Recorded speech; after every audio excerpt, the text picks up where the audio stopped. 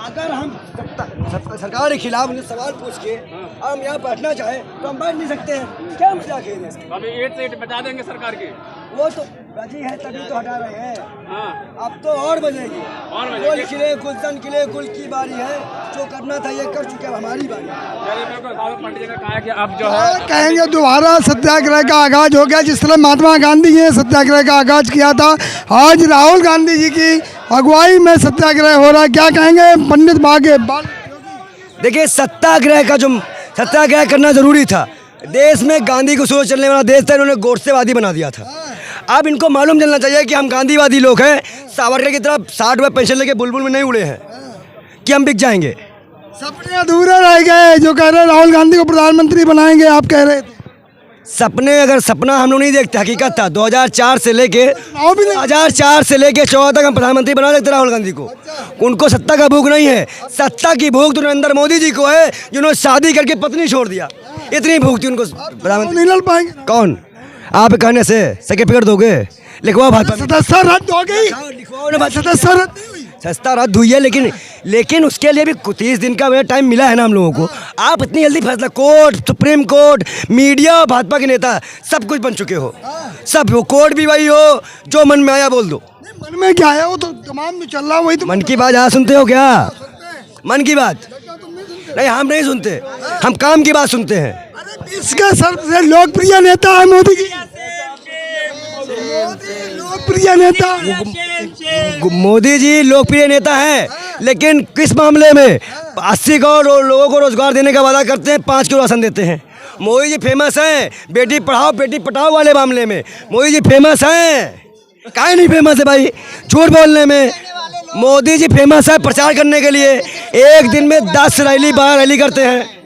एक दिन में 10 रैली 12 रैली कराते हैं। और मोदी जी और फेमस है जाके 9 कंट्री में देश का अपमान करने में। 14 से पहले इनको शर्म आती थी। अरे बेशर्मो, मुख्यमंत्री का शर्माने वाले देश के बने थे। अटल जी क्या देश के प्रधानमंत्री शर्माने वाले देश में बने थे। तो ये इनके जो 9 कंट्री, कैलिफोर्निया, दोहा, चाइना, अमेरिका, कनाडा, लंदन, वहाँ जाके इन्होंने बड़ा बढ़िया नाम किया है और ये इतने फेमस हैं। राहुल गांधी ने ओबीसी की बेइज्जती कर दी, बदनामी करी। और कितने मुद्दे बदलोगे? अभी देश का अपमान किया था, ओबीसी का अपमान कर दिया। कितने मुद्दे बदलोगे? कहाँ से लाते हो पाखंड? कहाँ से लेके पाखंड आते हो इतना? राहुल गांधी ने जो बोल दिया उसका आप समर्थन करते हो क्या? मैं क्या कह रहा हूँ, लोकतंत्र को बचाने के लिए लोकतांत्रिक देश जो विश्व की संपन्ना है वो सब साथ देते हैं। क्या मोदी ने लेते हैं? अडानी जी को हिंडनबर्ग की रिपोर्ट से बाहर कर दिया गया था, हिंडनबर्ग को कोसा गया। वहीं अमेरिका की रिपोर्ट आती तो ये मान लेते हैं। बीबीसी ने डॉक्यूमेंट्री निकाली। इतना डरपोक प्रधानमंत्री था कि अपनी बुराई नहीं देख पाया, उसको भी बंद करा दिया। अकेला सब पे भारी राहुल गांधी, राहुल गांधी, राहुल गांधी, एक अकेला सब पे भारी राहुल गांधी, राहुल गांधी। संसद में जब अटल बिहारी प्रधानमंत्री थे और संसद में इस चीज़ को कहते हैं कि अगर मैं 50 साल के देश के 50 साल के विकास को अगर नकार दूं तो इसमें देश की बेइज्जती होगी। ये कई दफ़ा क्या कहते हैं, हर 12 कंट्रियों में जाकर देश के प्रधानमंत्री इस चीज़ को कहते हैं कि मैं इस देश में हिंदुस्तान में पैदा होना हमसे तो बड़ी गलती हो गई है, गुनाह मानते इस चीज़ को। तो भाई कहीं भी देख लेना, फ्लाइटें चालू हैं, किसी भी देश में जाने का अपना खुद चुन लें किस देश में जाना है। मजबूत हाथों में देश भाई साहब बहुत कमज़ोर हाथों में है। अगर कमज़ोर हाथों में ना होता तो चाइना हमारी सीमाओं में ना घुस जाता और ना ही गांव बसा के बैठ जाता। और जब बात करो 56 इंची से, तो 56 इंची कहते हैं कोई ना तो कोई घुसा है ना घुसेगा। समझ गए मेरी बात को? इनको ले आना, वाइट बाइक की भी करवानी है। हाँ, एक कर देना, ये काट देंगे। क्या लगता है जिस तरह से आप लोगों का सपना अधूरा दिख रहा है, क्योंकि कांग्रेस में कोई बड़ा चेहरा बचा नहीं है। देखो, कांग्रेस पार्टी कोई आज की पार्टी नहीं है, 150 साल पुरानी पार्टी है।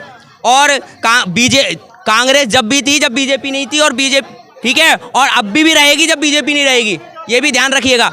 और गांधी परिवार तब भी था जब आरएसएस और बीजेपी नहीं थी, और गांधी परिवार तब भी रहेगा जब बीजेपी आरएसएस इस देश से बैन कर दी जाएंगी। राहुल गांधी में काबिलियत नहीं है।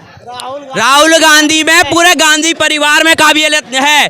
अगर काबिलियत ना होती तो ना ही संसद में देश का प्रधानमंत्री नेहरू जी का नाम लेता, ना ही इंदिरा जी का नाम लेता, ना ही महात्मा गांधी का नाम लेता, ना ही इस देश को विकास करने वाले सवाल को करता कि 70 साल में कांग्रेस ने क्या किया। पहली बात तो उनको ये ध्यान होना चाहिए कि देश में कांग्रेस का जो राज रहा पूरे 56 साल रहा, पूरे 70 साल भी ना रहा।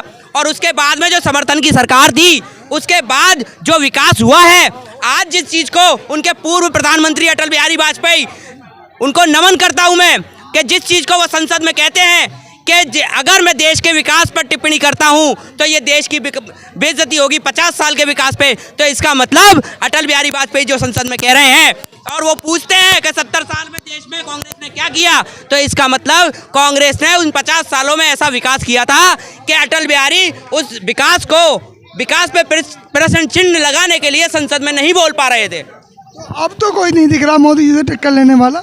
मोदी जी से टक्कर लेने वाला एक शहंशाह, एक शेर, एक बब्बर शेर, उस जाके स्टेज को दिखाइए, वहां बैठा है, उससे टक्कर लेने वाला, उसका माइक म्यूट कर दिया जाता है, पूरी संसद उसके लिए म्यूट कर दी जाती है।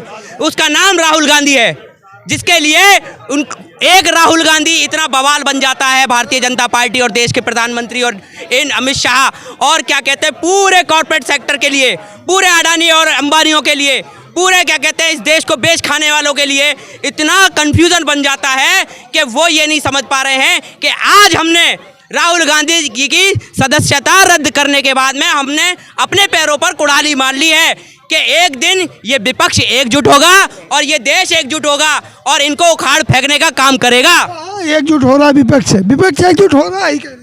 क्या जी कह रहे विपक्ष एकजुट होगा। आपने भी देखा नहीं, शायद आपने बयान नहीं सुने। केजरीवाल जो अब हम कहते हैं कि वो संघी है, वो संघी भी अपना पासा पलट रहा है, क्योंकि उसको पता है कि राहुल जी की आवाज़ सच की आवाज़ है। इतना आटे में नमक चलता है पर पूरे नमक में आटा नहीं चलता, तो उनको भी पलटा मारना पड़ गया। उसके अलावा आपको पता अखिलेश यादव साहब, पर हाँ हमें विपक्ष में एक दाल में काला जून नजर आया। आज तक हम सोचते थे कि ओवैसी साहब जो है वो भाजपा के द्वारा चलाने वाले एजेंट है, वो उन्होंने साबित कर दिया।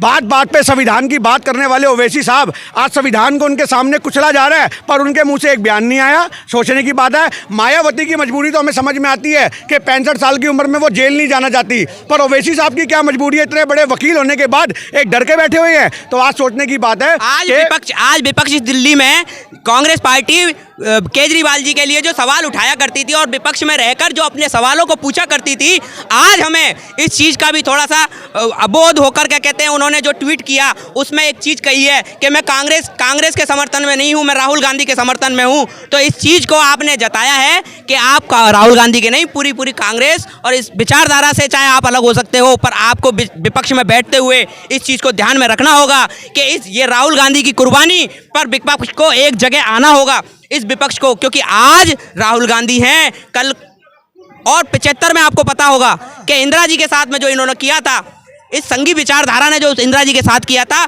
और उस 75 के बाद में आपने ये भी देखा होगा कि सत्ता परिवर्तन किस तरीके से इस जनता ने किया। सत्ता परिवर्तन की बात कर रहे हैं।